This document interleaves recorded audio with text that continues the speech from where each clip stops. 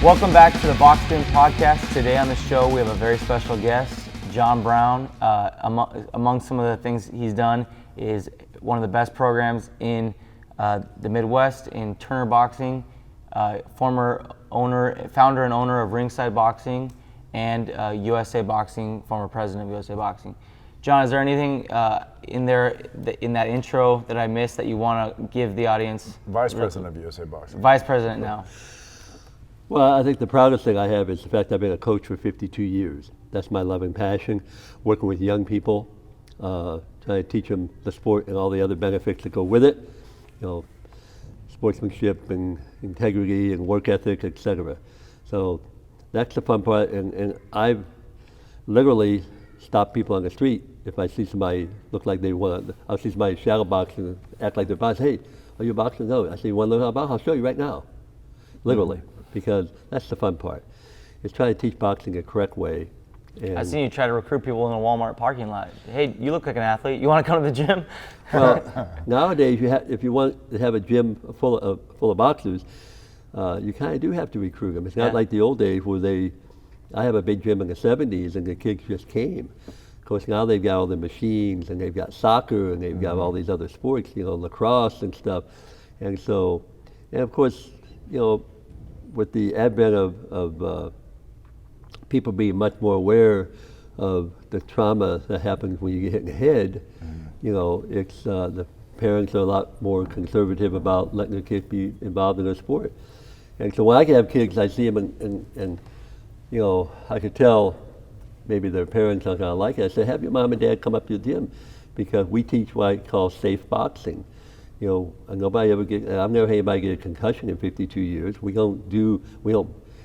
of all, you have to learn how to box before you box. And the key thing I try to teach is safety because, getting hit in the head is not healthy. So you gotta protect yourself. So we work on defense, lots of drills to work on that. And then before they ever get in the ring, if they want to get in the ring, and then they get in the ring and they spar with one of our really good guys that know how to handle it and don't hit them at all, if certainly hard if at all, and blah, blah, blah, the gradual process of instructing safe boxing. Unfortunately, it's not that way in most gyms because I've been in a lot of gyms and I walk out crying. It's so bad. It's basically child abuse. How many months of doing drills before you would put a guy into there to do his first controlled sparring? Well, we were talking about that earlier. It really depends on the, how often the kid comes to the gym and the athleticism of a kid. We were talking about earlier about, I'm always trying to recruit wrestlers because they've got all the stuff. They've got the work ethic. They bring that table. They bring, and you got a wrestling hotbed in Kansas though, so you have more of them over there to select from. And they've got. They're very coachable because some of them have been coached since they're 5 or 6 years old, and they have mental toughness. All that kind of stuff, which is hard to teach. It may be impossible to teach, but they bring all that. So a wrestler, you can move along quickly. If they depends how often they want to come. I mean, my gym's only open 4 days a week. I don't want kids there 5 days a week. I don't want them there 6 days a week. That's just my opinion. Because to me, boxing for kids is a hobby. It's not something that should be, their real job is go to school. Or, if they have a job, do that. And, I'm not into the development of pro boxers and all that. I don't really care for pro boxing very much. It's, of course, they go from a sport to a business. It's a dangerous business. So I don't promote that at all. But I just, I think, as I tell parents, I have parents that bring their kids up and I'm always complimenting. I said, you must be a really good parent. Because you're involving your kid, and we do this right here, and it's very healthy. I think every parent in America should have their kids involved in either some kind of combat sport, wrestling, martial arts, or boxing. So it's how many kids do you have in the program now? About 100. 100. Yeah, I've always noticed that kids that are involved in combat sports, whether it be wrestling or boxing or martial arts, they seem to develop a sense of respect and for others, and it's amazing. Very disciplined. Trevor, it's amazing because I really do. And maybe I've gotten older and I appreciate things more, but sometimes I just meditate on the kids in my own gym, and I'm thinking, I can't believe how good these kids are. There's so many of them that, of course, they know that we don't allow. If a kid comes in with a little attitude, that goes away pretty quickly because we don't allow that. A kid acts like a shithead, that doesn't go very far. Get his mind right. That's the John's. You got to get your mind right. He sees everybody else acting right, and pretty soon it kind of rubs off on everybody. You got to set that atmosphere in the gym. There's collective consciousness in a gym when you have a bully come in. I like that word. And when a bully comes in, obviously, which is sometimes you're going to have bullies that are attracted to the sport, but they seem to get neutralized fairly quickly in a gym just because. Yeah, especially when you walk, when a bully looks around and sees kids half his size that would probably annihilate him in some kind of fight.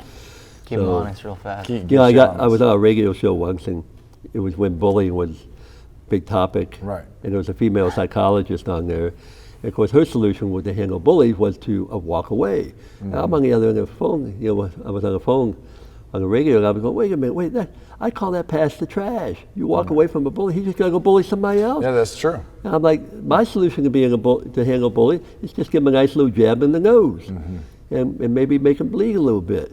Yeah, oh my God, she about had a heart attack.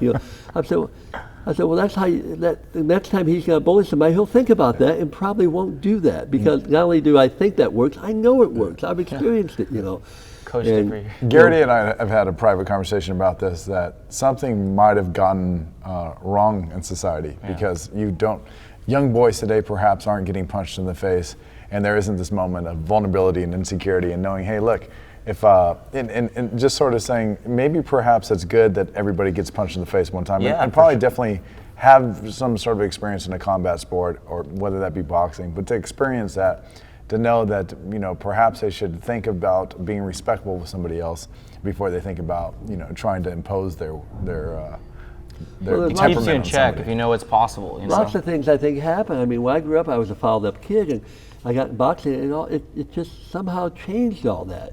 Because I felt like I didn't have to prove myself anymore because I was a fairly good amateur boxer, and B, I was always thinking, well, maybe I might get in a scrap with somebody that is much better boxer than I am. I might get the hell beyond me. So I just get in fights all the time, and once I became a fairly good boxer, I hardly ever got in fights except when I saw somebody bullying somebody or somebody acting like a butthead. They needed a little social adjustment, and try to help them out. But it's amazing. And my kids in my gym know if they take anything I teach them on the street and use it in the wrong way, I don't ever want to see them again. Right. But I have, I've got some kids that they say people are bullying them, and they ask me what to do. I say, little pop in the nose. Little pop in the nose. Well, I'll get kicked out of school. I said, well, I'll go talk to the principal, see if I can. But that's hard to do nowadays because, with the political correctness stuff and no tolerance for that, so you've got kids. I see them at health clubs I go to and things. I see teenagers acting like punks because they know they think there's no consequences because nobody will say to them, "Hey, stop acting that way," Yeah. And they don't. I don't know. It's frustrating, but so I've just been involved in a 55-year love affair with the sport. Right. I'm trying to pay it back. I was born with a cleft palate, facial disfigurement. Right. Now I've had 10 operations, and I talk fairly well. I still have that cleft palate sound, and I look kind of okay, but nobody's calling me up to do movies or anything, and it was tough. And anybody, when I grew up, anybody looked at me sideways. So when did all? Is that how you found your way to boxing? Yeah, and I got in trouble all the time. And a police officer was going on the juvenile court, and a cop said, "Hey, if you're gonna fight somebody, you should learn how to fight."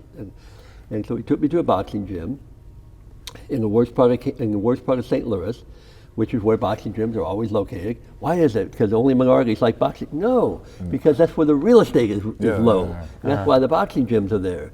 And it's also that I think that perhaps there's people are looking to fight themselves out of their situations, their social class strata. Well, that's and boxing, the history of America. Boxing for immigrants has been a vessel for social mobility, so a way to move on up.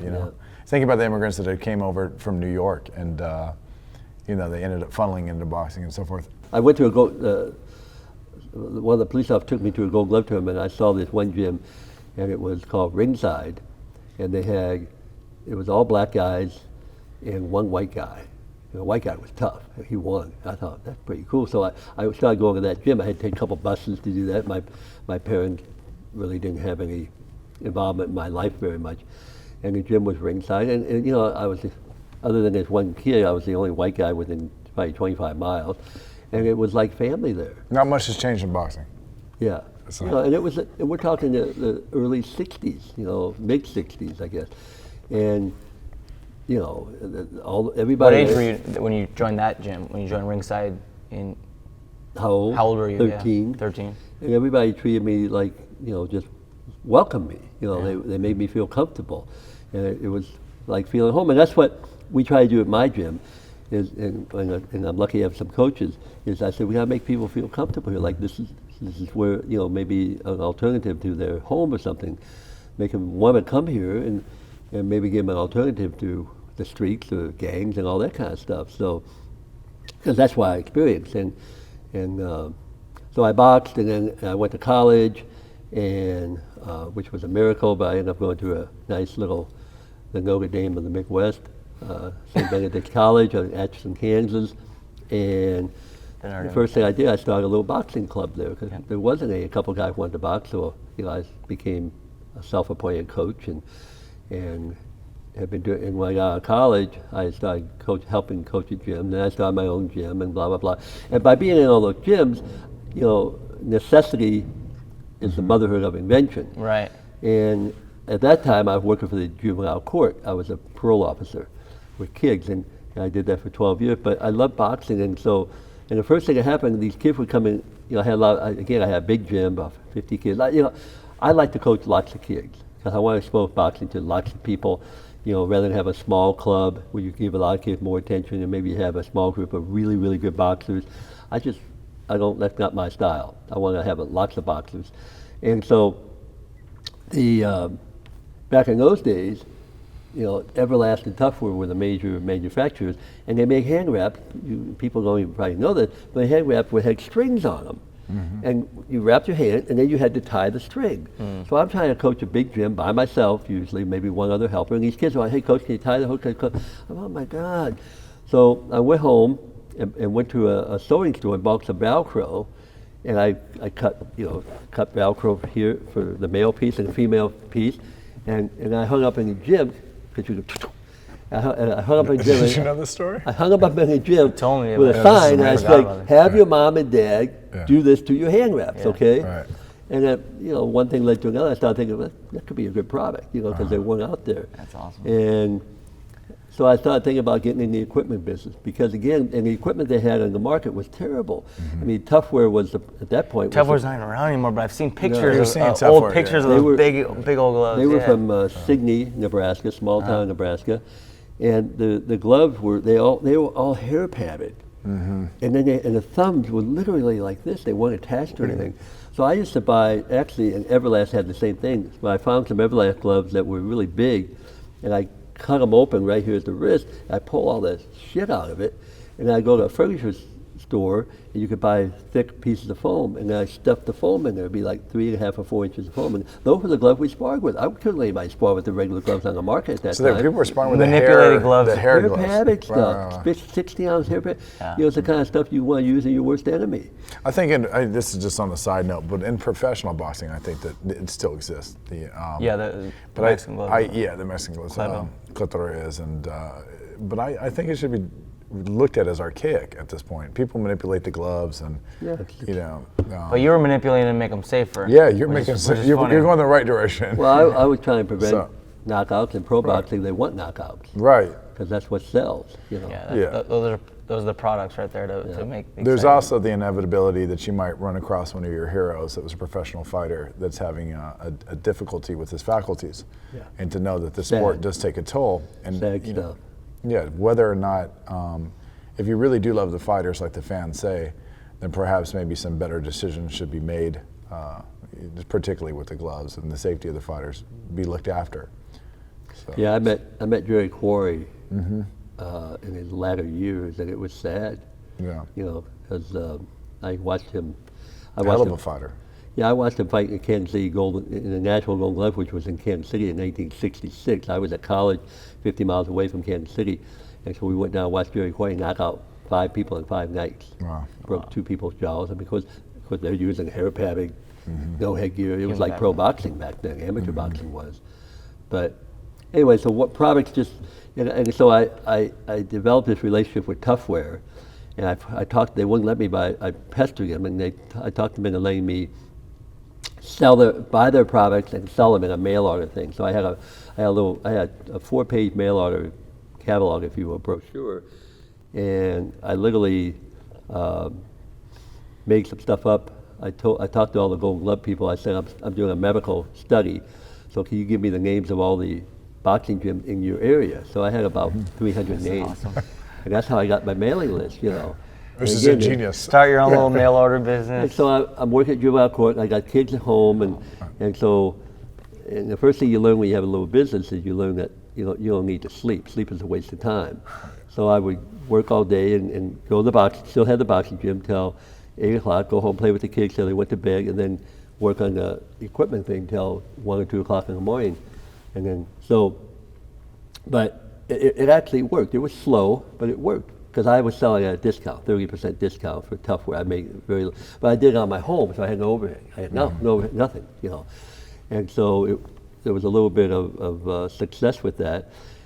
And I talked to them about, your products suck. We got to make them safer. There's lots of things we could do. And they were successful, and I was just a young guy, and they listened to me. So I started thinking about how I could make my own, or have my own made. And so I go to the sporting goods stores, and I'm checking to see who makes all the baseball gloves, because it's leather, and they're all made in Taiwan. So I started remember now. There's no, there's no internet. Yeah, there's no DH Gate or all these resources that there's we would plenty of them now. You were your own Alibaba, right? Yeah, you had to actually yeah, talk. no You found the supplier himself, and you had to talk to him. You had to show up. We did everything with telex, and so try to make, I don't want to go on forever here, but I got lucky and found a company in Taiwan that made baseball gloves, and they were a fabulous company because they had Chinese labor, Taiwanese, and they were Japanese run with great Japanese management, and so I went over there and found them, and I spent weeks over there about how I wanted boxing equipment made. So we started off with a line of gloves, and then we came up, we used to always wear, the only bag glove back in those days were these little old style 4-ounce gloves. They look like snow mittens. Yeah, they had, very, very. Can I ask you first about that trip though? So you want to find a factory that could perhaps make boxing gloves, but you have to explain to them the product you want. Did you hire a translator to come with you? No, How did this trip? Because that's kind of amazing. Telex, right? They all speak English. Okay. Yeah, they speak. They do business with the world, so they. So you showed up and just knocked on the door, or you had initiated an appointment with Telex? We had communicated with Telex, and they were just a well-run company. So, and they were very interested in expanding their line, because at that time they were doing hockey equipment, which is pretty hard stuff to make. And so, and then again, in the gym the only bag gloves you could buy were those mittens you talked about. Well, I had all my kids hitting the bag with old competitive gloves because they weighed 12 ounces. I gave a hold of those, and they had laces, all that stuff. But that's what we used for bag gloves, because I wanted something that was comparable to what they're going to use in competition. It doesn't make much sense to hit all the bags with 4-ounce gloves, and then you're going to wear, and obviously for the conditioning factor. So I came up I found a glove. I developed a glove that was, we called it super bag glove, and I didn't copyright it or anything, and that was always for years the bestseller product we ever had. I mean, there've probably been, and then other companies copy all that, but there've probably been 50 million super bag gloves made, the last 30 years or so, because all this was happening in the late 70s, and so I kept working the company. I developed. We had a nice line and at that time the equipment, the distribution system was, manufacturers were selling it to sporting goods stores. So the manufacturer would sell at sporting goods store for $50, and the sporting goods store would keystone it, which means they sold it to me and you for $100. Yeah. Okay. Put 100 points on it. Yeah. So I found, and again, they were making a glove for maybe $50 a pair. I thought that the company in Taiwan was making them for me for $20 a pair, and I was selling it directly to the customer. So I could, instead of selling it for like 100, I could sell it for 60 and still make good money. And and so it grew fast. Now I was very conservative. I never wanted to borrow any money, and I was scared of trying to expand it too fast, so I kept it at home. And in 1978, I had my second child, and a year later we found out that she had a brain tumor. And so somebody had to stay home with the child while we were fighting that chemotherapy and all that stuff. Is kind of it's almost like leeches back in those days. Medical, they didn't know how to handle brain tumors very well. So my wife was a nurse, so she was making more money than I was doing my course. So I quit my job, and so because of that, I was able to concentrate on the boxing because I thought I got to make this work. This isn't playtime anymore. This is just not a hobby. I got to make this work, and that made because I had more time to devote to it, in addition to taking care of the baby, it grew, and because I had time, and then there was a lot of inventions along the way. Back in those days, competition headgear was all black. I thought, well, why don't we have colors? So I made competition headgear that 6 different colors, and we invented the Velcro. The first Velcro ever used in gloves. The first Velcro ever used in gloves was the super bag gloves. So because I wanted them so the kids could put them on by themselves. Of course. And then we started using those in competition gloves, and so before that in the training gloves. And in 1986, because and you came up with the flap. So they wouldn't get the Velcro, so it would stay there. Burn, so it protected sparring and stuff. And the Velcro cover. But in 1986, we were still using hair padded competition gloves, and very small, thin headgear. And I got a hold of a study that was done at the United States Naval Academy because one of my kids ended up going there. I became friends with the coach because he was a very safety-oriented guy named Emerson Smith. And Emerson had done a study on boxing equipment for competition, on how to make it safer. And they came up with a glove and a headgear that were much safer. So I was able to push that through USA Boxing legislation, and that became the new specifications. So I was the first one, in the market. So I came out with the new headgear, the new glove, and that really took off. That was made the company soar. Does the world adopt it in 1988 at the Olympics, or?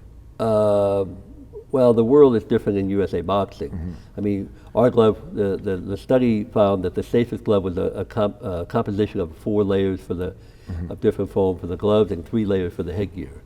And later come along better foams and something called molded foam, which is much safer than all that other stuff, because that stuff used to break down. And if you buy, most all gloves are molded foam now, and like in my gym, you never heard of this in the old days, but my kids come in the gym, they put the 14, 16 ounce gloves on, they keep them on all night. You do the mix, they hit the heavy bag, then they spar with it because they don't break down.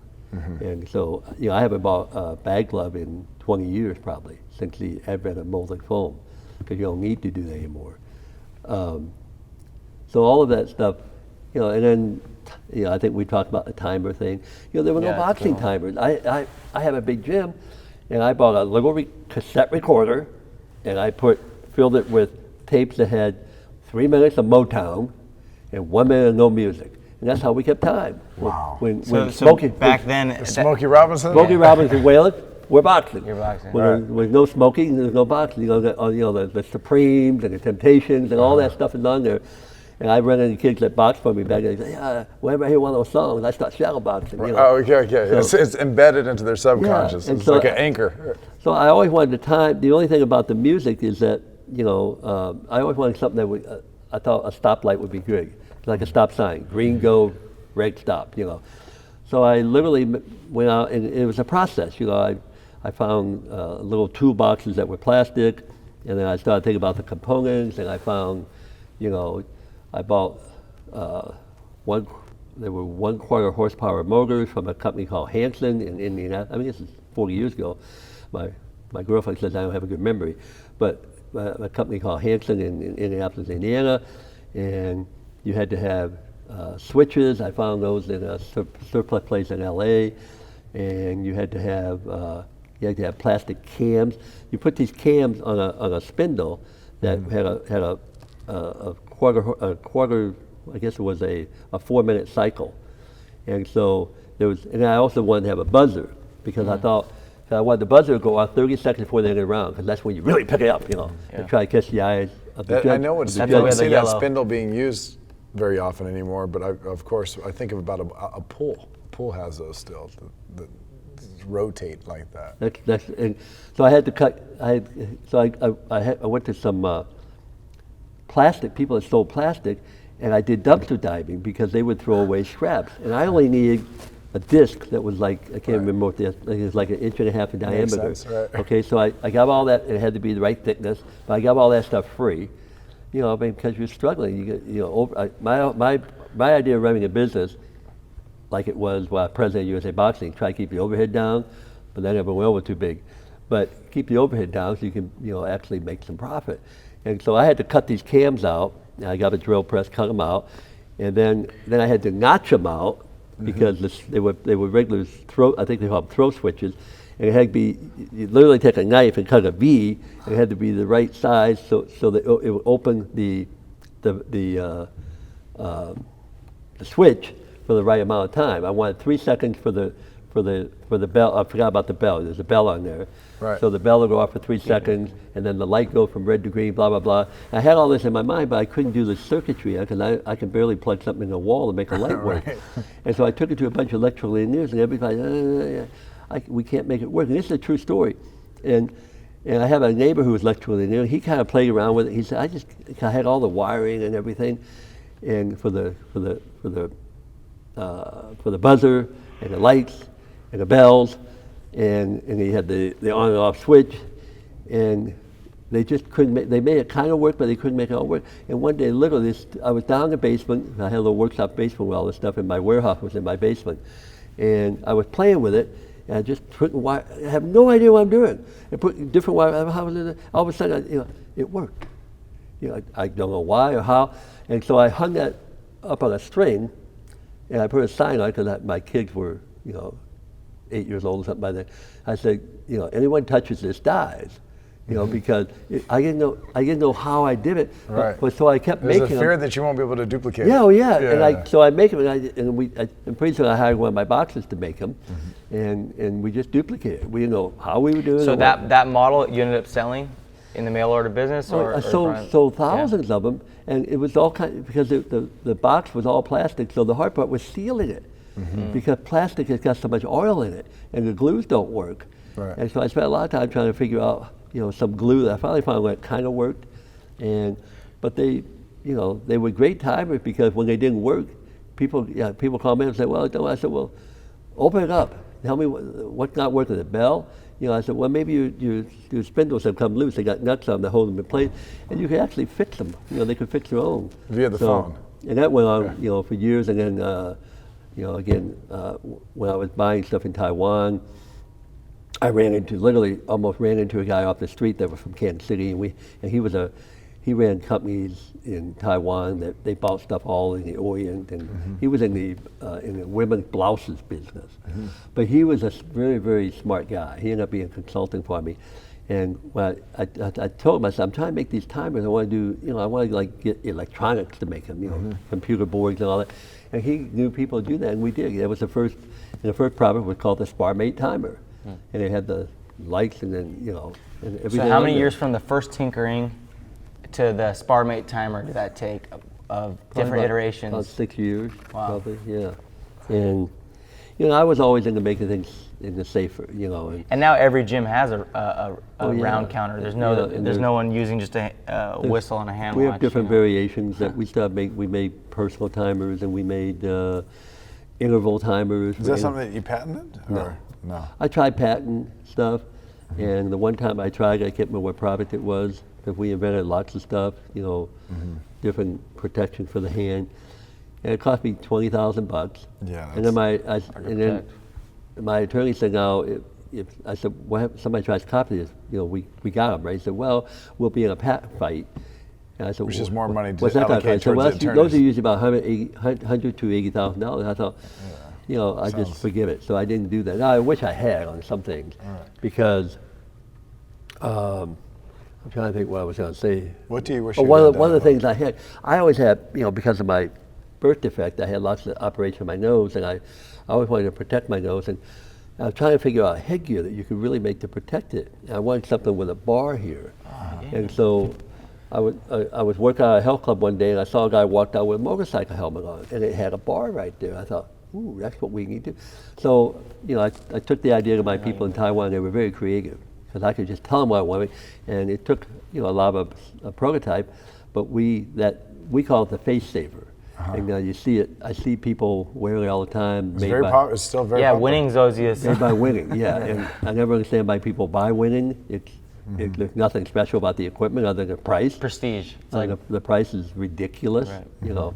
And in fact, I knew of winning 30 years ago, because one of my things I did, I was always trying to see what other companies were doing.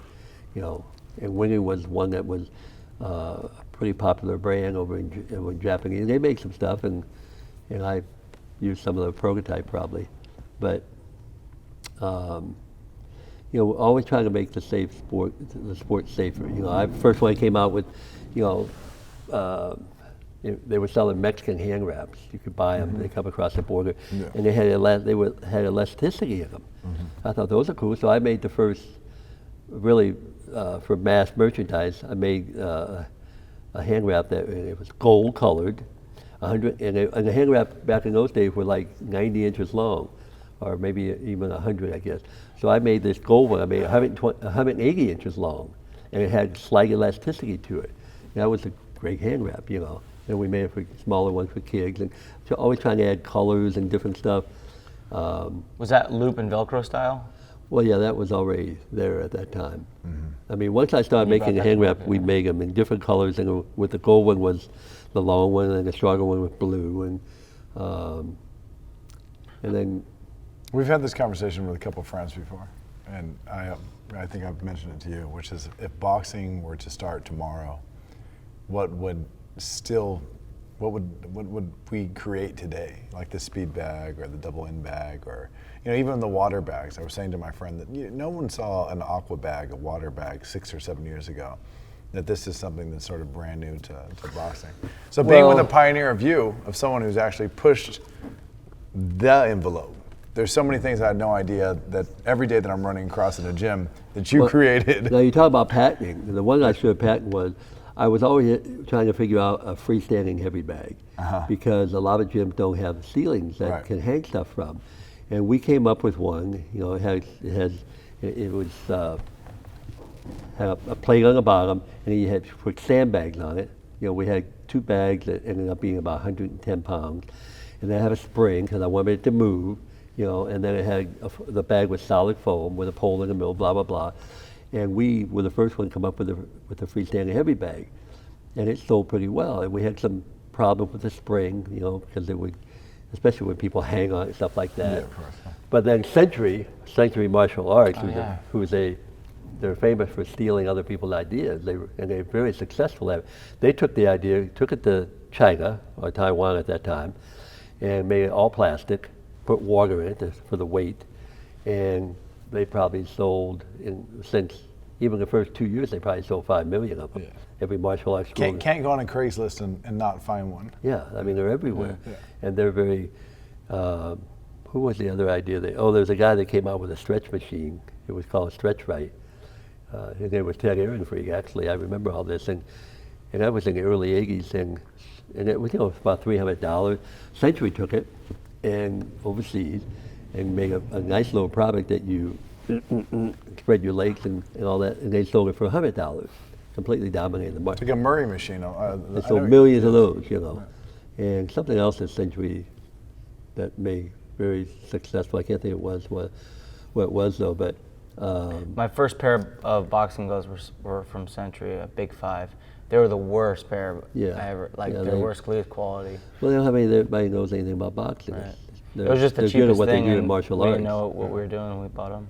Yeah. I tell everybody the most you know about boxing is before you put a glove on. Because once you put a glove on, you realize you don't know anything. Yeah. I'm finding out new things every day at Yeah, you Jackrabbits, learn. yeah. Well, heavy bags are interesting because I can't say the guy's name. There's a guy in upstate New York that came out with the first water bag, and he did, that's the one that, and he did well. Of course, Century took it again and came out with what's called a wave bag or something, Yeah. and selling it for $100 instead of 100, instead of 240 that the guy named was Priscilla actually that up in state New York. They invented the water bag, and Century was always able to get around their patents, and they're a big company, so. But I like the water bags, but I still think they're too hard. I hate hard bags. So we started making heavy bags with 3 inches of soft foam on them. I mean, I've got bad shoulders and elbows from hitting hard, heavy bags and from mixing all that kind of stuff. But and those, they're hard to make because when you got so much foam on them, it's hard to make them heavy. So that was. But we were the first ones to come out with soft bags. And More expensive too, because it's not just one filler product like well, the foam's expensive. spillage from a garment factory or something. And now there's companies that have foam. And, my best bags in my gym are the foam and water combination. Ringside has some, Tidal has some, and they're good. I love them. What was your highest margin product you ever sold? And what was the? I'm looking to start a new business, John. It's got to be hand wraps. Well, Right? I mean, all this stuff's coming back to me. It's been 30 or 40 years. Yeah. So one of the things first thing I did, and I don't have one with me, but I came up with the boxing glove key ring. Uh-huh. Oh yeah. The little one. You give me some. I've had plenty of those. Yeah, over the years. and so we gave away one with every order, Yeah. a free key ring. And then we sold them for $1. Well, I always paid, I bought them from a company in India that I have a great relationship with. And you look at it, and for 23 cents. And you look at it, you go, how do they do that? It's amazing. But, and I came up with the idea of a pair of miniature boxing gloves to hang on your Yeah, the rearview mirrors and stuff, which and you your still bags see. and stuff. I see a lot of ringside gloves still hanging from and see, now those cost me 50 cents, and we sell them for $5. You talk about margin. So those are good margins. Yeah. So Shark Tank. Your gift- that's much more than 100 points. Yeah. So your little Mark Keel will be cheapy happy gifts with were the best, highest margin products compared to the rest Do of what? your catalog. I think that it's interesting that your kind of your just little gift items ended up being the highest margin. Yeah, we had Novelty items. Yeah, novelty items. We is had the word, major yeah. heavy bags. I mean, in the old days when I started the company, I would go to tournaments and set up a table, and I had a limited line of equipment. But I was really into patches. Believe it or not, we sold thousands of patches, and I designed, with help of friends of mine, about 30 different boxing patches. I see one every once in a while, a guy, oh my God, I have a flashback. And we sold pins, closing oil pins, soft enamel pins. And people would buy those back in those days. One could say, I love boxing. I have a ringside cup. Different it had kind the of phone boxing number on stuff. it. What? Yeah, the phone number you I spell on all the brought bags it to too. the gym. The kids use Well, it. everything we sold had a phone number on it. Yeah. And so I would go to these tournaments and set up my little store. And in fact, in the early days, I set up in my room. I go in, take the bags, put them all up against the wall, set up a little store in there. And that was a good money maker for us. And then down at the tournament, you'd tell everyone where they can get equipment. Tell them go to the go to that room. And it was. So how long was it? It was just hustle, and getting the name out, the brand out there. How many years had it been of your distribution model being just direct to consumer right there at the tournament? And when did you eventually move into going into the full catalog? Because I remember Ringside actually from those catalogs I used to get. I must have gotten it on a mailing list maybe from when I registered for USA Boxing or whatnot. Yeah. But I would get those catalogs, and everything from the DVDs, in the back to the shirts. But I remember it would be like all the equipment up front. It'd be the more training stuff near the back, and then like apparel stuff. You can get anything. And then there was John Brown DVDs, and that's kind of why I remembered when I saw you in public at that Notre Dame tournament. That's why I recognized you, was from the years of seeing the DVDs or whatnot, or at least your image on the catalog from those DVDs? I have a lot of people come up and say I learned boxing from watching videos, and I'm like, some of the videos were a little rough because they're, It was early days that the editing was, I'm sure. Well, we sold them for $10, and we weren't trying to make a Hollywood production anyway. But I made about 30 of those things, and they were, a lot of them were good because they just taught basic fundamental boxing, which I am a firm believer in. Like I think any sport, but especially boxing, you got good solid fundamentals, you can develop a good boxer. But yeah, we would spend, we spend $500,000 a year in the big Sending out the catalogs. 80s and 90s, just making catalogs. Yeah, makes sense, yeah. Which is the beauty of the business now. You don't really have to have one. Yeah. Yeah. With the way things are. But So at what point did catalog become the biggest part of your business? Like, when did you move out of the hustle in person at tournaments phase? And when did you establish yourself as such a business and a brand that people Well, you are started calling with the you? catalog early. You got a 4-page catalog early, so you had a vision. Always very had a early. catalog. You went from 4 to 12 to 25. And But at some point, your in the end, it sales was about were 160 pages or something like that. But in 1985 was a big year because I moved out. My wife at that time said that, we had boxing equipment everywhere. All the equipment was in the basement, and then I have an attic above my garage. I bought a stairs. You could walk up there, cut a hole in it, and I had all the so because I have a team, a boxing team, I thought, well, a team needs an identity. And I used to have clothes made, all the boxing trunks and jerseys and ropes. I had them made by housewives. I found housewives that wanted to sew. I supplied the materials. They made the items. It was all custom made. I guess I had inventory too, but they would get paid per piece. And that's where all that stuff came from. And then I wanted to make, I loved back in those days the Adidas boxing shoe, one of the best ever made. Mm-hmm. The sole on it was glued and stitched. That means it's a good sole. And they had red and blue stripes on them. They had 3 stripes for Adidas, red and blue. And I thought, that's cool, but my colors at my gym were black and red. Okay, so I went and found the company in the Orient, in Taiwan, I guess again, that would make shoes. They made boxing shoes for me. They made them like the Adidas shoe. I took the Adidas shoe and said, make it like this. Except I want 4 stripes on it. And the 4 stripes were made with neutral leather. And so I would hire my boxing kids to sit in my basement because I give an order from XYZ gym, and they want 5 pairs of shoes with purple and blue stripes on them. So we had coloring pins that they would color the stripes. Wow. And you had to find stuff that colors that pins or ink that wouldn't run when they got wet and sweaty. I learned that the hard way. That because the first ones people would send them back because they sweat them and the colors off. You learn. Yeah, the trial and error. And so that went on, and that was a big seller because you could customize this stuff, and that went on for years. Of course, then I found out shoes are a hassle. the company because they East come in Bay. sizes, and you got to have Had a 13 similar different story, sizes, and the inventory is a nightmare. I had all my shoes upstairs, so my wife said either the boxing chicks got to go or you got to go.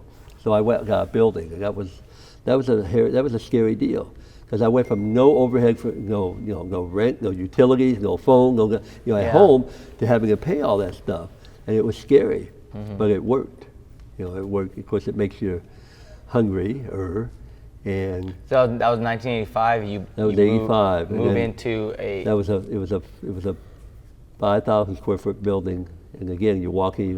That kind of legitimizes this business is really. It hasn't been a hobby for a while, but it's really become It's a real outside deal. of John's brick and mortar home And then business. we went in 5 years later. In 1990, we went to a 25,000 square foot building, and in 1998, we moved to a 40,000 square foot building. And what were you doing in revenue before you moved into that building, if you remember? The first one? The first one, yeah. That's tough. I don't know. Probably 200,000 a year, maybe less. I used to And run then in my. you start to ramp it up. I used to run in my neighborhood for exercise, and when I did that, I dreamed. I'm gonna make this boxing equipment thing work, and someday, this is the early days, because I have a machine that people would call the number, which was 913-888-1719. And I'd be at work, so they get, hi, I'm John Brown, Ringside Products. Please leave your name and number, and I'll get back to you later today and call you back. And so when I came home, and so I get the orders off the phone, and I had to run down to the basement and pack them all. The next day, before I go to work, I take them to the post office, 8, 6, 5 orders, And so that was how it all started. But as we grew, I lost my train of thought about what I was going to talk about. But I'll tell you one fun story, though. True story. I lived in a little, what do you call it? A one-story house. What do you call that? A ranch. I lived in a ranch house. So, and my I guess supposed to be my dining room was a separate room. I made that my office, and so, and those from 1977 to 85. That's where I worked. And we had a dog at that time, and the dog got older, and he got, lost control of his bodily functions every once in a while. So, and whenever that phone rang, I'm running for the phone. So it was about 7 o'clock in the morning. I was getting ready to go to work, I guess, or something, and the phone rang. So I come running in around into that room, and my phone was, my desk here, my phone is here. So I have to make a turn, a right turn. And as I made the turn, the dog had taken a crap right on the floor there. So my foot goes in the steps in the crap, and I go and I grab the phone at the same time, and I go flying. I'm laying on the floor, squeezing dog crap between my toes, going, "Ringside World Headquarters, how can I help you?" And I'm thinking, this guy on the other end thinks this is a big corporate office or something, and if only he could see me laying on the floor, squeezing dog shit in my between my toes, So that's great. But and once it became pretty big, I worked 100-hour weeks. The only time I took time off, playing with my kids. But I worked 100-hour weeks for, 20 years probably. But it was all fun because it's all creative stuff. Just creating. And every week we you're making the sport safer. Also your passion. Passion, all about passion, as Mark Cuban would talk about. Right. And every week we would have meetings. We have product development meetings, product improvement meetings. How do we make stuff we got now better? Let's come up with some new stuff. What do we need?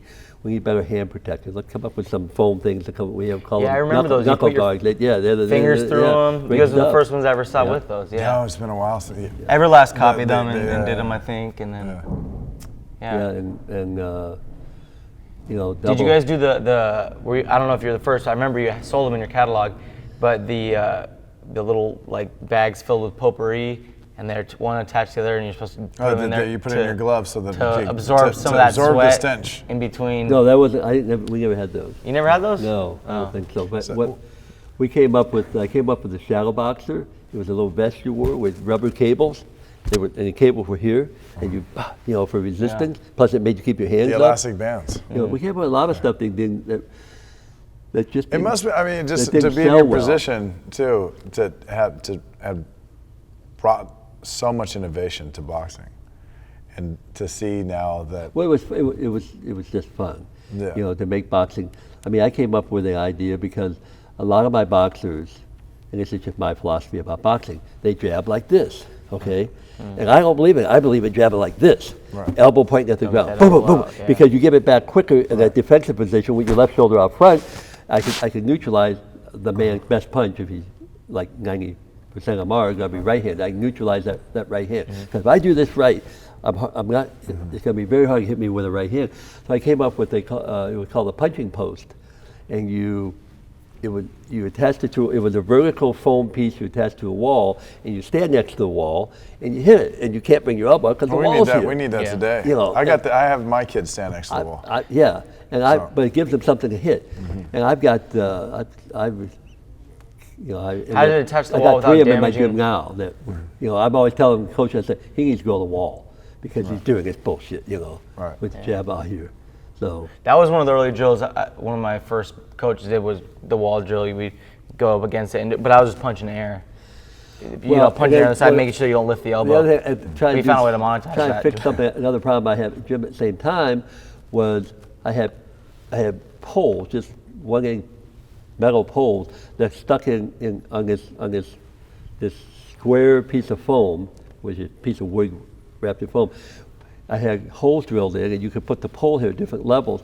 And the idea of the pole was, if the pole would be at about this level, so when you threw your right, you practice jab, and then you step up, practice the right hand the right way, because the pole would make you bring your elbow up. Okay, a lot of guys would throw it right hand like this. Well, that's a freaking jab. Right. There's nothing. You got to get your elbow up. You put your head offline too. And you bang your left knee, you push your right foot, your right hand becomes that much longer.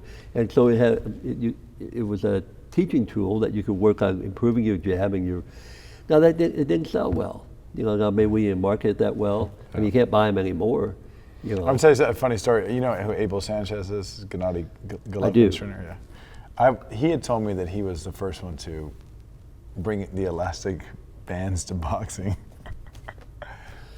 Well, so I don't. He may have, the regular. You put it on a vest, is what you're saying. I mean, right. You attach it to a vest. Yeah, we had a vest, but he was saying, oh, these bands now everybody has them, and I was the first one to do it.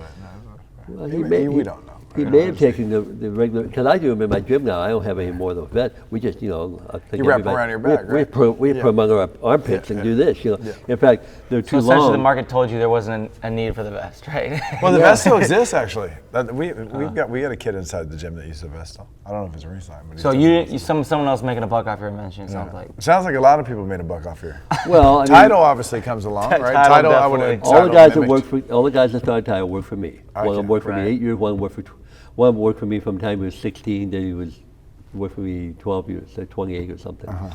And they left, saying they all had other jobs or something, and they left with everything. They left with my mailing list. Oh wow! I tried to sue them over that, and I got outlawed. But all of a sudden they come out with a huge cal. I had people call me, did you guys start another company? A sister company? I go, what are you talking about? And there it is. Very, very similar models. They utilize all. What year was that? I don't remember. Like 2000 something? I'm thinking, probably. I remember all of a sudden there was a Tidal catalog. Yeah, I do remember. It was 1998. That makes sense. And what the hard part for me was, it took years to develop all these suppliers. Right. I mean, I had suppliers in Thailand, in mainland China. Cultivate these relationships in as well. India, in Pakistan, all these places. Yeah. And so that was all done. They just went and called them up, hey, we want to place an order, so. And that might have been an early indicator of what was to come, because today you can go on Alibaba, find a product you like, talk to the supplier makes it, and essentially there's no, like, IP doesn't exist in China. Everything's as you know more than most. It's just a race to see who can get as much product out before that trend ends up dying. One example would be like those things they call hoverboards. Somebody came out with the hoverboard, then a bunch of companies, mimicked the hoverboard, copied them, and they brought the price produced per it unit very cheaply in China. That thing sold for about a year. Totally saturated the market. Now you don't see those hoverboards selling anymore. What about someone like Elvis Grant, who's obviously put himself in a situation where he's almost like a celebrity? Of Grant's gloves. Which expensive gloves. The price of the gloves, obviously. Different price point. There's an absurdity to it. I mean. Well, I think they're the worst gloves ever made. If you ever put them on, you're like, are you kidding me? And now Elvis, we actually sold his stuff. Yeah, you guys did. He and I became friends because he's a nice guy, except when you do business with him. Right. And he was the most difficult person we ever did business with. And I finally told him, I said, we got to separate, because and there'd been a situation. He was just overwhelming. He was never satisfied with whatever you did. It was never enough. And so we stopped selling his product. We sold Clio Reyes for a long time. We were probably their biggest distributor. And they were very nice people. I went to Mexico City a couple times. The quality control seems a little, like I've always noticed that about. Well, it used to be very good. I don't know what it's like now. Yeah. But they were so, we kept telling them, I said, look, this stuff is ridiculously priced. And the mass market can't handle that.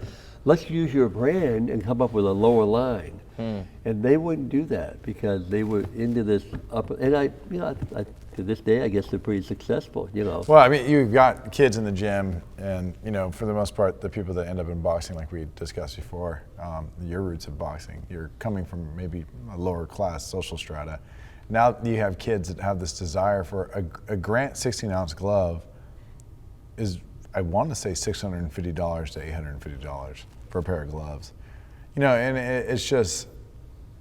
Well, and to add insult to the injury of that, I always joke that I have some of my kids go out of town, or a lot of them are Hispanic, they go to California, they got friends, and they go to different gyms. And I go, okay, well, let me tell you how this works now, son. Because I used to take some of my good heavyweights and stuff. I go to Las Vegas and places that, with, Cam Thompson or Cam Awesome, Jeremiah Graciano, those guys. And you gotta spar, and I learned quickly. You look over, here's this guy's got Reyes or Grant on. I go, I can't spar with those gloves because those gloves they're not that thick, and the gloves you want that hurt people. They're not safety gloves, I mean, our gloves that we use got 3.5 inches of foam on them, and it's solid foam, and these things are all beer. And so we learn quickly. We bring our own glove for our sparring partners, and a lot of times they say, well, I don't want to do that. I said, well, then we're not sparring. I'm not going to subject my guy to this stuff. So that's why my kid now, I just had one that went to California to save some relatives, and he was going to go about gyms. I say, okay, but here, take these. Here's a pair of gloves. Don't allow anybody to use that stuff because that's all dangerous stuff. Well, you get they're 16 ounce. I know, but yeah, but it's how the 16 ounces displaced. Most of it ain't here. It's not protecting. Down I mean, you're fighting somebody with driving gloves on, and I'm surprised that you guys carried them in your catalog. Clitorias is known as the puncher's glove. It's a lot more favorable for people with heavy hands, and you've been such a safety advocate. It's also you hurt the way you build. I'm sure I've hurt my hand in a Clitorias glove before, particularly going to the body. I feel like the thumb is susceptible. Well, the thumbs are not bad, are not good. Yeah, they're in a funny, and the thumb attachment is all fun. I mean, it's amazing. I look at it, I go, how could they do this? Yeah, it feels like you're. It's almost like you're doing this, and it just. And I get amazed how. I've only not to talk bad about gloves, but only in a Clitorias. Have you ever get the smash thumb? I never used Clito. Yeah, but I the same thing with the. I tried the Sabas. I don't know. It's a new brand that's coming out. I didn't like them either though, but I gave them away to somebody. So. The Grant always were. I tried a bunch of them on. I like, who would buy this crap? Right. Well, they were falling apart. That branding, it's that. The Grants were falling apart a lot. I mean, and then Grant had did a deal with, Dick's and or a lot of the and that seems a little low end for them. That's what got them out of the business. Out of the business because he lost, from what I understand, is pretty sort of he would be in trouble from time to time on business, and I don't even know what he does now. I think he seems like he goes. He's always after the pro market, which I never understood that because that's the first thing I understood. Is the pro market is really small, and the amateur market is really big. So that's all we ever went after. Yeah. Eventually we come up with maybe some pro gloves. Sounds like one pair of amateur gloves is if he sells one pair of pro gloves, that's 10 kids. So maybe that's how he's looking at it. Yeah, I mean that's actually good for you because he took a different segment of the market. You're focusing on the amateur model. So while they're fighting over that smaller portion of boxing that's putting on professional shows and training, you were focusing on supplying entire tournaments. Yeah, we were trying to be A to Z, but the advantage was always the same. It was two advantages. Everlast was the same way. Big company, great name, and they were the best thing ever happened at Ringside. Because their stuff was so shitty. Yeah. They've revamped a couple of times. So I feel like that brand has been owned by several companies. Yeah. And like now Everlast has a good line of Everlast seems like they're getting upper quality. Well, but in the early 2000s, it was trash. In the early 2000s. Yeah. I bought every training glove they make probably a year ago, and I wouldn't use any of them in my gym. Okay, they're pretty well made and stuff, but again, they were like about 1.5 inches padding of a knuckle, and I just don't. I gotta have. Right. I want to have, not only do the thicker padding protect, when you, in terms of impact, but the bigger the glove I have in front of my face, the harder it is for you to land a punch, because I've got stuff to get in the way. People never understood that. That's why. Which is why you're in the amateur game. The two advantages I've always had over Everlast. I think boxing should be protecting the fighters no matter what. I mean, let's think. Why do guys love Clitorias? Because it's a puncher's glove. Yeah, at a professional level, I can understand. But this is the important thing about how John's market. How what I did was successful because two things, and we talked about earlier. But I was in the gym every freaking night. I was living it. I was seeing what worked, what didn't work. And secondly, I had the passion. Yeah. I had the passion. And probably the Good product best, feedback when you're in the compliment gym every night. anybody ever paid me was I never go to big fights very often, but I was one fight and I was at the MGM Grand, and I was there with some guys, and we're walking someplace, and coming the other way was Manuel Stewart and a little entourage, and he yelled at me and says, "John Brown." I'm like, "Yeah." "Oh God, Manuel Stewart, I never met." awesome. He goes, "I know you." He says, "You're the guy who saved amateur boxing in the 70s and 80s by making great stuff at prices we could afford." And I'm like, awesome. and so we became friends after that because, and he was such a great guy because he had no ego, and we would put on, for 20 years, 25 years, my company sponsored the National Silver Glove Tournament, age 10 to 15 national tournament. We sponsored it in Kansas City, and I casually invite Emmanuel Stewart, and the year after I invited him, I'm up in the ring giving out a trophy or something. I look in the second row, and there he is sitting there. And I walk up to him, "Man, what are you doing? Why didn't you tell me coming?" He said, "Well, I said I could be out, I could help you out.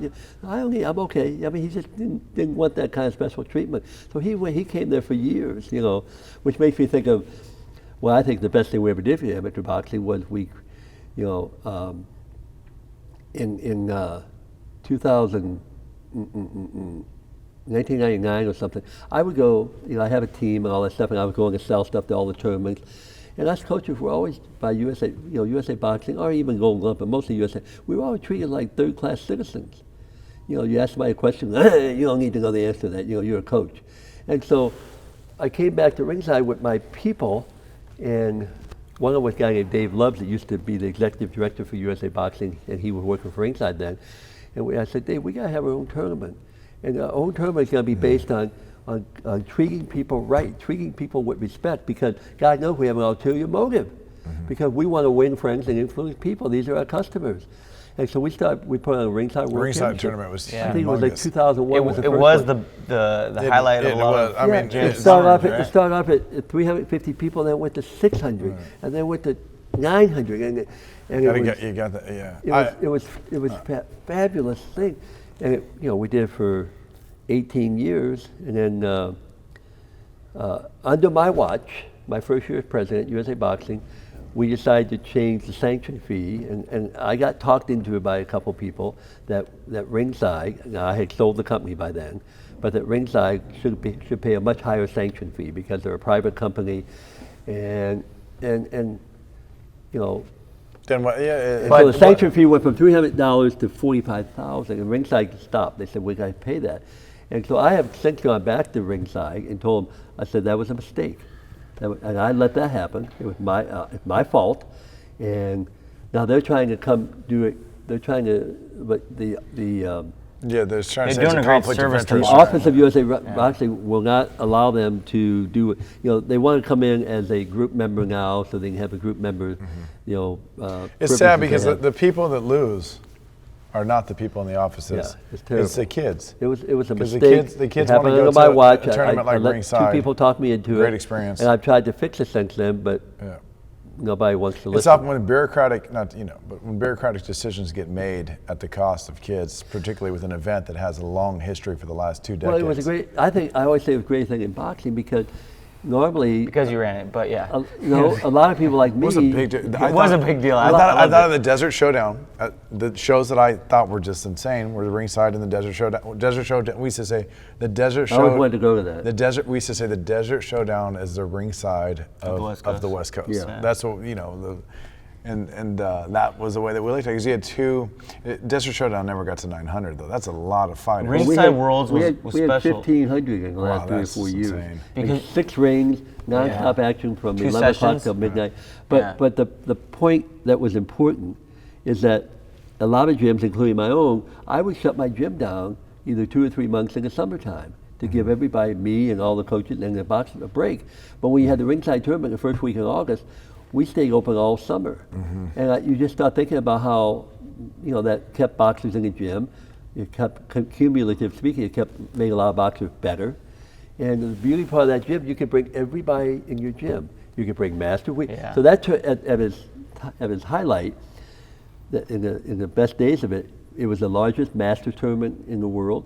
It was the largest open division boxing tournament in the world. It was the largest women's boxing tournament in the world, et cetera. Largest youth. I mean, it had all, because it just had. So you could take, if you have master boxers, it was the largest, and we had novice division. So you could take everybody in your gym to that tournament, and it was like, it was like.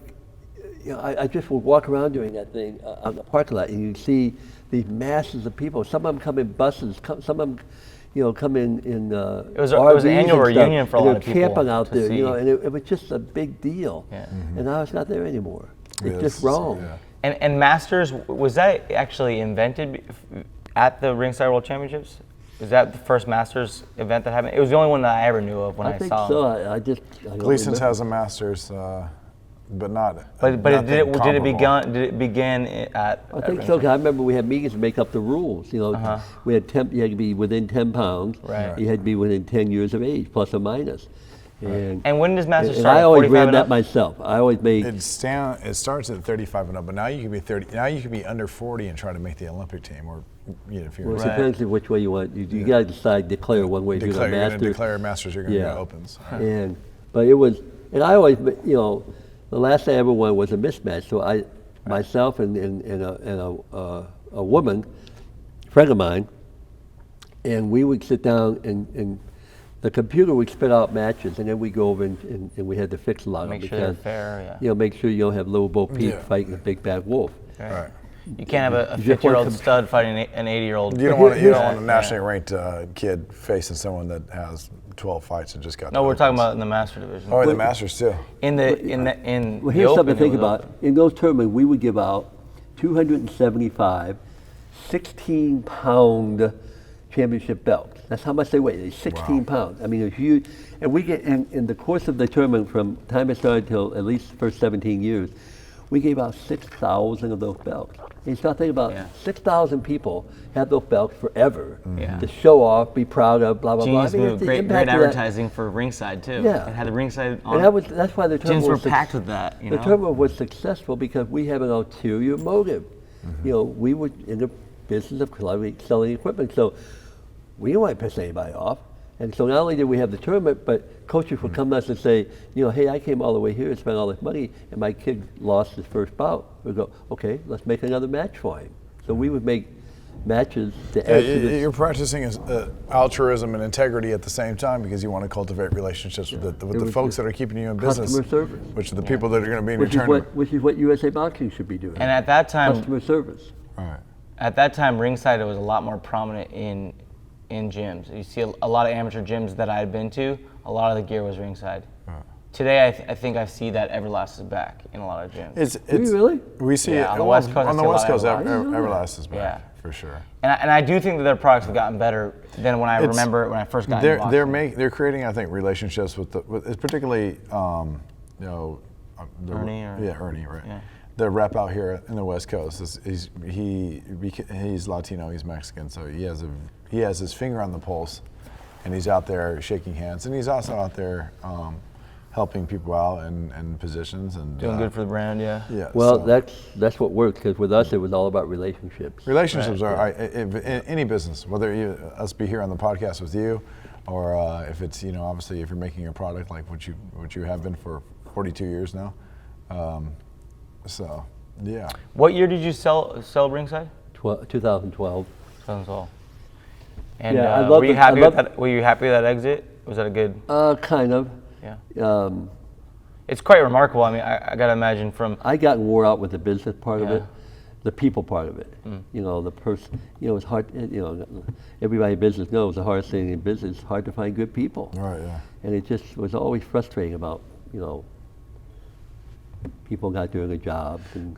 You know, I'd love to pick your brain that about part, this. but I love the creating new products and develop, you know, finding new suppliers And the beauty of that is that you created just the need to scratch your own itch. You know, if there was a problem in the gym, you found you how could we tweak this? How could we address this? There's issue? the business cliche about the simplicity of genius. I don't remember quite what it is, but it's that. You'll find a way to screw it up.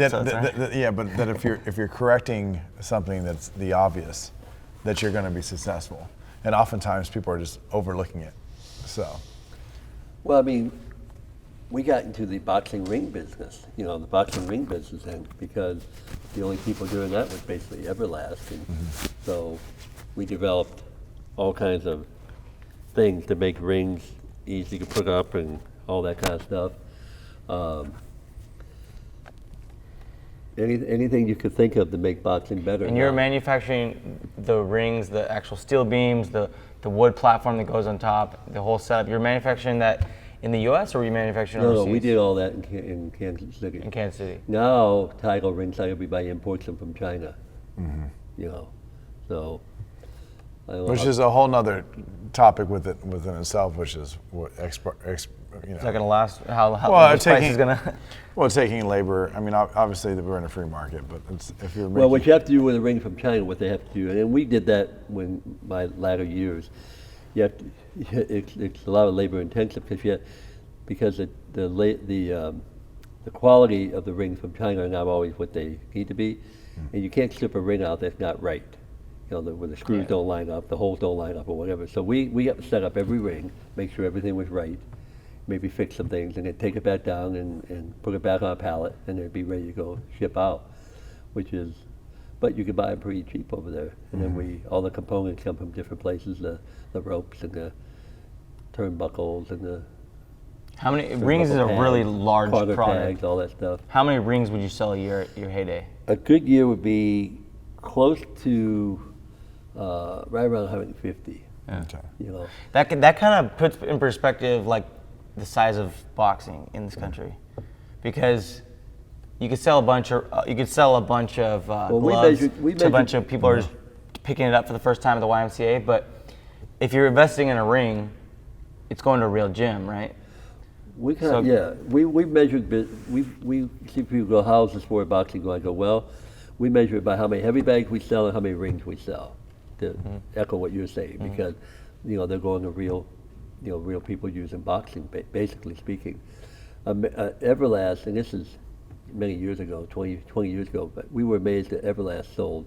I mean, it was like 6 million heavy bags a year. Now, granted, they're selling in mass merchandise and they're selling to people, boxing aerobic people or people who are buying for the home and stuff. But just the fact that there's that much market for that kind of thing. Right. You're seeing something happen right now in culture, specifically in the major cities, whether it be New York City or Santa Monica here in Los Angeles or West Hollywood, where boxing is all of a sudden accessible or desired by the greater fitness industry, the fitness industry, sort of the people that are trendy. And beautiful people want to box. Yeah, the beautiful people want to. Well, they don't really want to box. They want to skip the rope and hit the pads and work out, the look. They want to wear the boxing shoes and wrap the hands and take photos for their social media, minus everything about the boxing besides getting the punch in the face. Yeah, what a blessing for our sport. As long as we had talked about that. We had talked about that earlier. How, as long as they do it right. A lot of these boxing fitness places, they don't care about teaching boxing at all, and it's embarrassing that they bastardize our sport by, I walk into somebody playing, I see guys hitting everybody, I say, oh my God, how hard is teaching somebody to do this? It might take 5 minutes. I mean, I literally teach for fun. When we have a new kid walking in the gym, we teach them what I call the 4 basic fundamentals. Which is left foot out if they're assuming they're right-handed, left foot out front, left shoulder out front, feet apart, length of normal step, knees slightly bent. Number 1. Number 2, elbow in front of the body, elbows are hard, body soft. Number 3, hands in front of the head, hands are hard, face is soft. Common sense boxing. Common sense. Number 4, punches straight out, straight back to your head. You're trying to protect your head. Why are you trying to protect your head? There's something called the brain in there. Okay, those are 4 basic, and it takes literally 10 minutes to teach somebody that. And at a fitness center, you could take 5 minutes and teach, because you don't have really care about if they do it perfect. In boxing, you want them to do it perfect, because if you don't, it's consequence. As I like to say, and I get my kids together, and I do it with all my kids about once a month. I go, guys, I see fundamentals not being practiced here. Okay, I have a non-verbal contract with all of your parents to protect you guys. Okay, I'm trying to protect your brain. Okay, this sport, the objects hit each other in the head with blunt trauma force, okay? And I'm trying to get you to understand, we don't want that to happen. And the best way to do that is fundamentals, okay? I mean, you get a brand new kid and you give them elbows in, hands up, it's hard to hit somebody like that. And it's amazing how if you don't say them all the time, the fundamental, all of a sudden you're jabbing like this. Boy, that's a great looking jab. No, it's not. What am I protecting? My clavicle? I'm all, this is a great jab right here, keeping that wall up there to take away his right hand. So you have to, so. Garrity got himself we're lucky that in boxing. trouble the other day at the gym. Huh? Garrity got himself in a little bit of trouble the other day at the gym because, Gary has a professional fight, but there was somebody else that doesn't probably have a USA. I know he doesn't have a USA boxing book, but they'd got in. Weren't you part of the team? Oh, when we were they grouping got off. into. They got into. Are you the ones that I kicked out for unsupervised sparring? Was that you? Things escalate. There's this guy Yeah. who.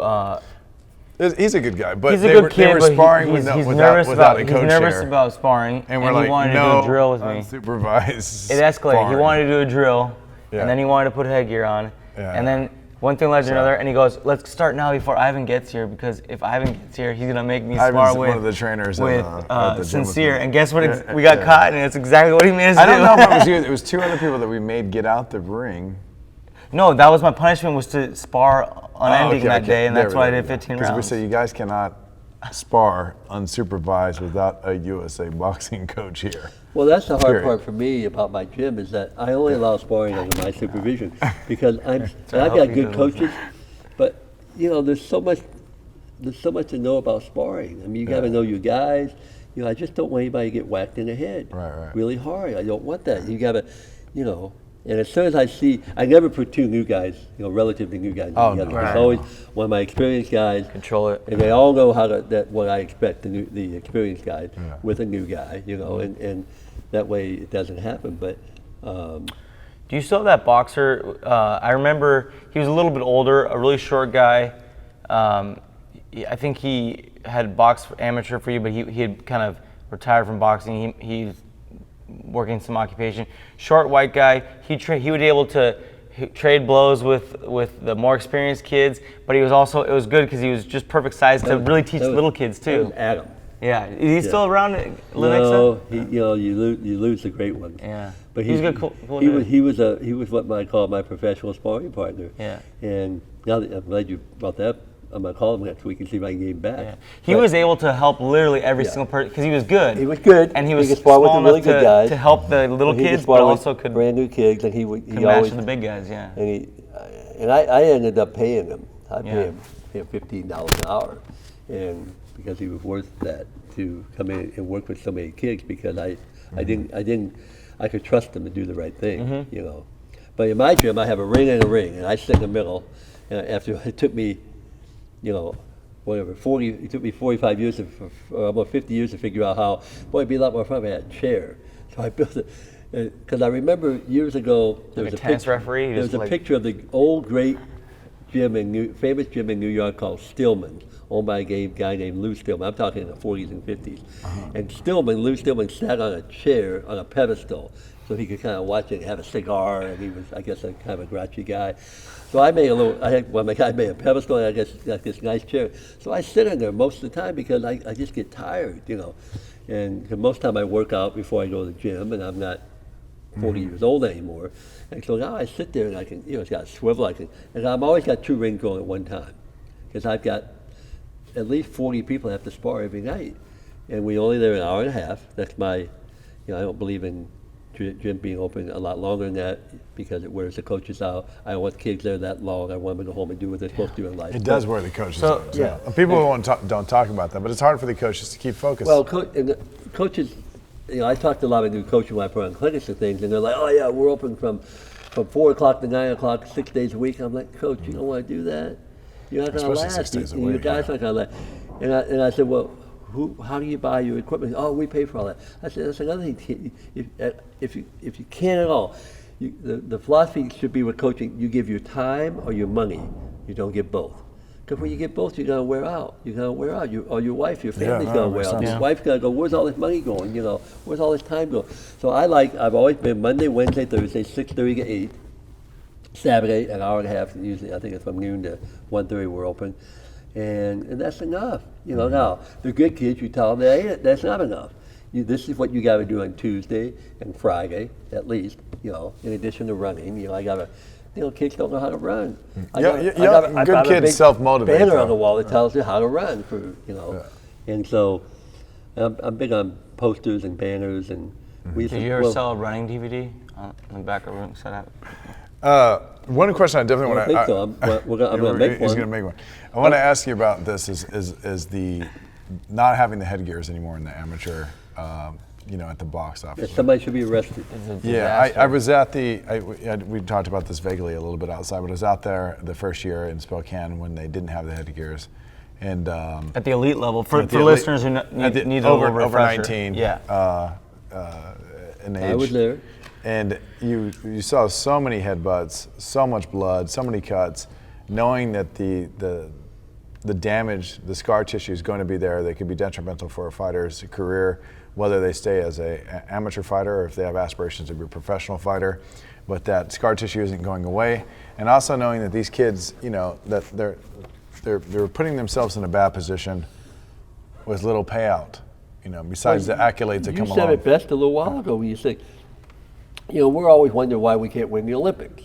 Mm-hmm. Well, we can't win the Olympics because our good guys, go pro. Yeah, they go There's pro. opportunity cost. Now they're going to go pro more because of what you said. Yeah. If you're going to hit your head without, you're going to have to fight without headgear and be vulnerable to his head. You might as well get paid for it. There's another thing too that that I've always thought about, which was that I wish there was more, and we've actually talked about this on the podcast before. I wish there was a little bit more regulation of the hand wraps, particularly with I see some of the hands being wrapped for the amateurs, and it's literally skirting on the line. There's not much different from a lot of guys, a professional hand wrap and an amateur hand wrap. And I've seen things that go on that borderline look like stacking to me, and it's just one roll of tape on a whole hand. There's no one that's looking over. There's little oversight on the hand wrapping. I have volunteers to look over. I have some history with that because I don't remember what year. It must be 15 years ago. That was one of my big complaints, is that we were only allowed to use so much gauze and so much tape. It was like at that point you could only use like 12 inches of tape or something like that. And of course we're using layered foam glove back in those days. I'm talking up until the last 10 years. And USA Boxing had a lot of hand injuries. And so I went to a guy who was supposed to be the world's best hand specialist named Charles Malone. He's probably dead by now. This is 1990 something. And I corresponded with him and kind of became friends with him. I said, tell me about tape and hand wrap on a hand. Can tape by loading up on tape or gauze, can you make the hand into a weapon? He said it's impossible with the gloves you use nowadays because we have molded foam gloves. He said you can put all you want in there. It's not going to increase the impact, but it will increase the protection on the hand. So I wrote legislation to go from whatever it was, 12 inches tape to 10 feet of tape, and the gauze, whatever it was I can't remember, but we lengthened gauze. You could use more gauze, okay? And our hand, again, in conjunction with the molded foam gloves, we don't have that many hand injuries. But is every brand? No, but it's a good thing to know glove? because first, I obviously have a limited context of time that I could reference it. So you're saying, hey, look, the dilemma is once again we're looking at the overall health of the fighters. You're saying that it was much more prevalent when they were wrapping the hands with much less, and now that you're seeing a decline in hand injuries. And obviously, I think as a coach, and you're a coach, we just want to look after the fighters, right? And that should be the imperative thing as far as to look at after the fighters. And if you're saying, hey, look, to be honest with you, the hands were getting injured all the time. I know that you know, because you've been in the game for 50 years. And there's an incredible amount of knowledge that you come along with, and this has been a great experience. So. Well, what needs to be done, and we talked about in the hallway a little bit, and shame on me, I haven't done it yet, but with the IOC taking over World Amateur Boxing from AIBA, So for those who don't know, the International Olympic Committee has kicked out the former sanctioning body that would run the Olympic tournament, and now they're going to have to form their own. It's in the hands of the IOC, who are supposed to appoint people to now run the qualifying events for the Olympics and the Olympics, which is going to be interesting to see how or if they can do that. But in the meantime, USA Boxing should be leading the charge, and I haven't presented to them. We have a new board, and anyway, I'm a. You had added 3 members to the board, right? 4 new ones. 4 members. Yeah, and who have no history of being involved in boxing. That's part of the criteria that the USOC thinks is a good thing. And on paper it looks good, but in real life it's not so good because these guys don't know anything about boxing. They don't know anything about the history of our sport, blah, blah, blah, and it's difficult. So I'm going to get together. You guys should add we'll do it together. We'll get Dr. Christy Halberg, who is really credited with putting female boxing in the Olympics. She's a very creative, and she's one of the she was one of the AIBA instructors, so she's well known. We'll get people like her, and she and I feel the exact same way. We need to write a letter to the IOC saying, okay, now that you take over the sport, why don't you do something really good and make headgear mandatory again so we can stop that the most powerful weapon that a boxer had, the most dangerous weapon, which is his head, okay? Yeah. And the whole thing was a fraud. The AIBA people wanted to make amateur boxing more like Professional pro boxing. because they wanted to also take over pro boxing.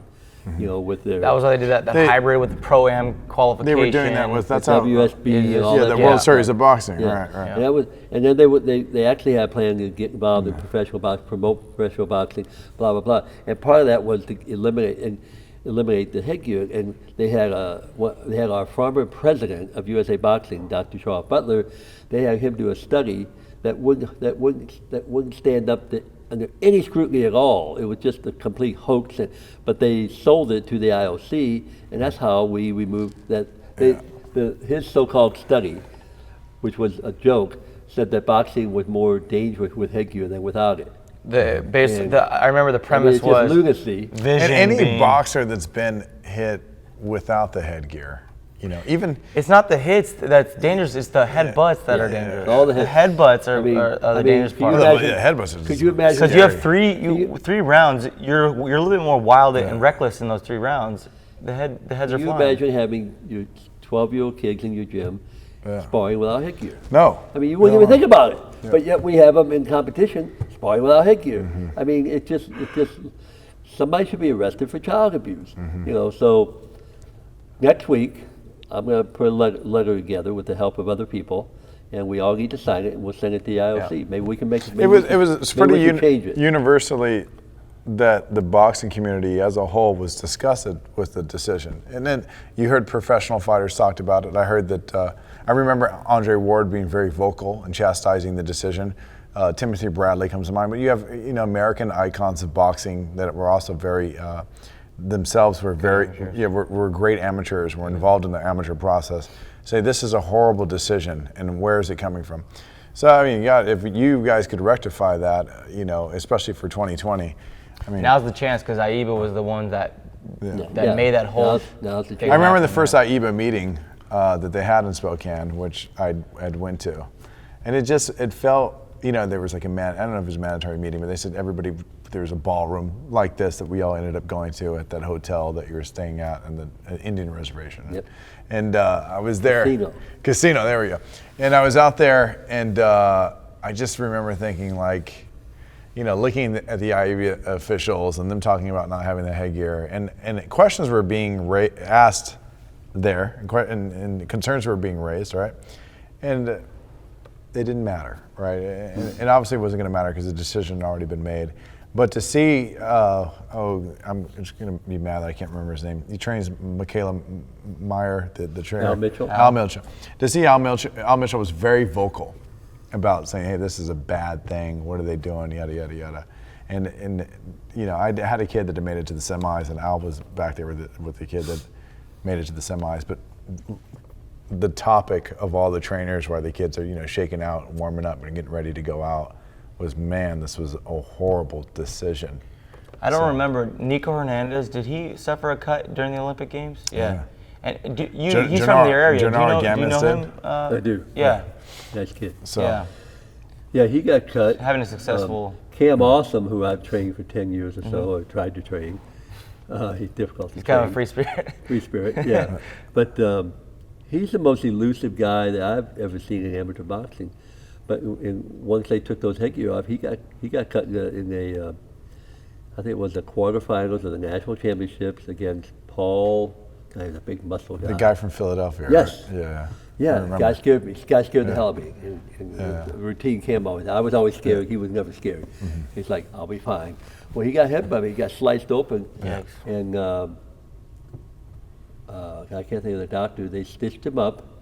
And that's even That more- was just crazier. more Wow. archaic. Yeah, yeah. Or, you know, I thought Right they- there, right Yeah, outside. they're stitching him up right stitched there, him up like a after pressure. they allowed him to fight again. Yeah.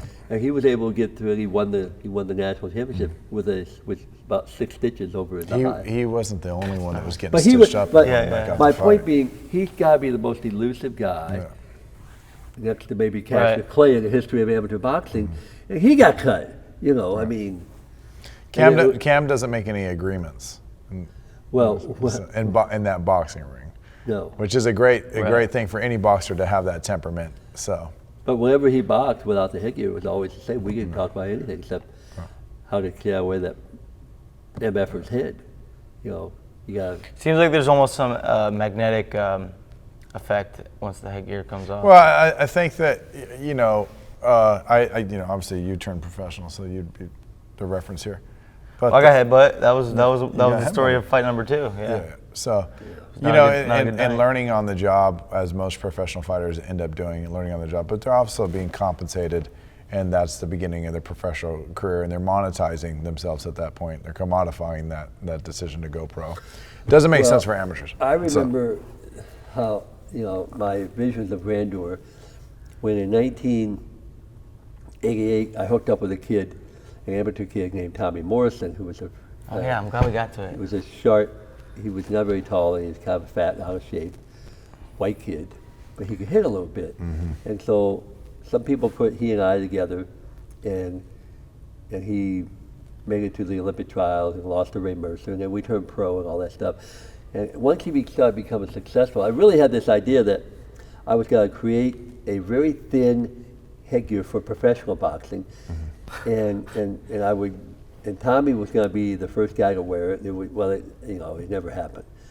But my thought was pure. My thought was good. Isn't it a shame when there's a great professional match between two great warriors, and it ends because one of them gets sliced open, and the fans get cheated?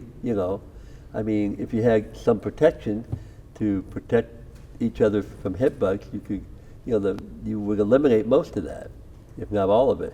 And so professional fans that pay a lot of money to see about could actually see about without being cut short. Oops. Hi guys, Hi. how can we help you? Help us. Anybody? Do we need help? Yeah, you guys can't be in the room without you guys calling someone to use the rooms. Okay. You want to be in a video? No, I don't. Oh, come on. Okay. I can't. You guys wrap it up. All right. Can we have like 5 minutes? No? You want us to wrap right now? Why? Okay, how we wrap it up? We're wrapping up. Oh, we're wrapping. So yeah, I guess that's where we're gonna end this podcast. Well, we appreciate your We time. appreciate your time. We appreciate everything you've done for amateur boxing. Appreciate everything you've done for making the sport safer. And I guess we encourage anyone who's interested to look more into the Tommy Morrison story. Because we didn't get to that part of it. Well, we need more podcasts to promote. We'll have you on the show again. Amateur professional We'll catch up with boxing, Tommy like you Morrison. guys do. So Yep. congratulations, you guys. Yeah. Thank Thanks so you. much, Thank John. you. Appreciate it, John.